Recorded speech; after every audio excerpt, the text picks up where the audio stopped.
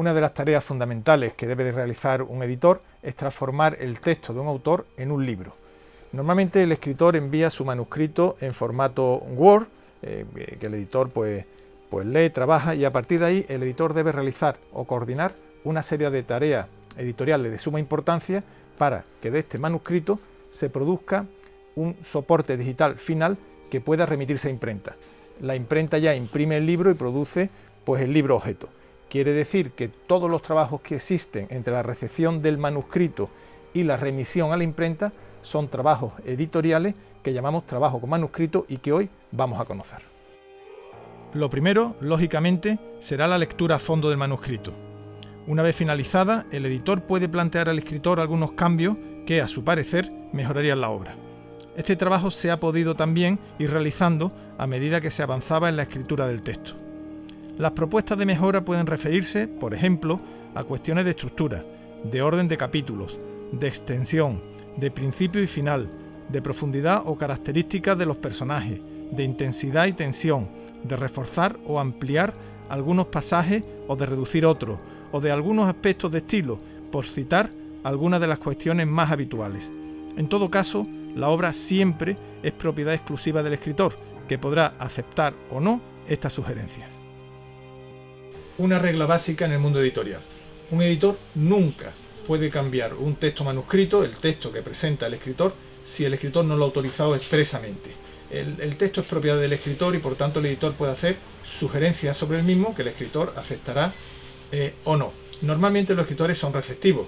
¿Por qué? Porque el escritor hace su proceso creativo en soledad, en una introspección creadora, y claro, una voz, una mirada experta, externa, pues le ayuda un poquito a situar la obra, y normalmente los escritores son receptivos a estas sugerencias o mejoras, pero la última palabra siempre sobre el manuscrito y el texto la tiene el escritor. Tras la entrega del manuscrito definitivo, el editor acomete su corrección ortotipográfica, que puede realizarla bien directamente o bien encargándosela a un corrector profesional. Esta corrección es muy importante porque nada devalúa una obra tanto como la falta de ortografía. Existen dos tipos de correcciones, una que sería la ortotipográfica y otra que sería la de estilo. La ortotipográfica es la ortografía, puntos, comas, y la de estilo, subordinadas, metáforas y demás. El autor debe también comprobar las correcciones y aceptarlas.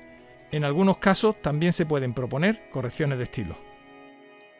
Una vez que el texto esté corregido, se procede a la maquetación del mismo, que ya adopta la forma definitiva en fuentes y tamaño de letra, interlineado, separación entre párrafos, pies de foto y de página, arranque de capítulo y otras cuestiones referidas a la forma en la que el texto aparecerá en el libro.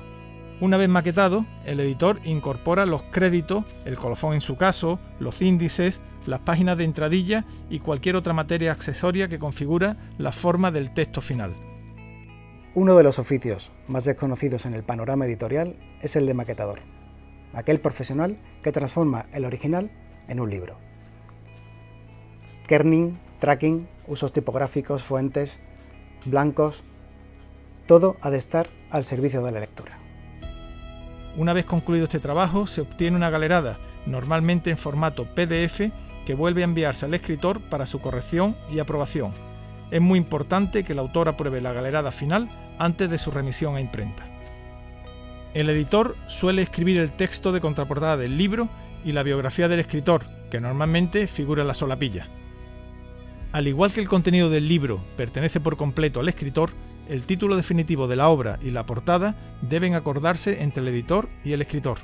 El título de un libro es una cuestión de suma importancia, pues debe aunar su belleza formal y evocadora con la capacidad de atracción al posible lector, al tiempo que define el contenido de la obra. Aunque el contenido de un libro es del escritor, el libro objeto no solamente es del escritor, también han tomado parte en el mismo pues diversos oficios y profesionales editoriales, como hemos visto. El editor, el maquetador, el corrector, el portadista, los traductores en su caso son profesionales muy cualificados que tienen una parte muy importante de trabajo y de responsabilidad en la hechura del libro final. Por eso, entre el escritor y el lector, que es al final a que va dirigido el libro, pues existen todos estos oficios editoriales que deben ser conocidos, respetados y valorados porque son una parte muy importante del mundo del libro.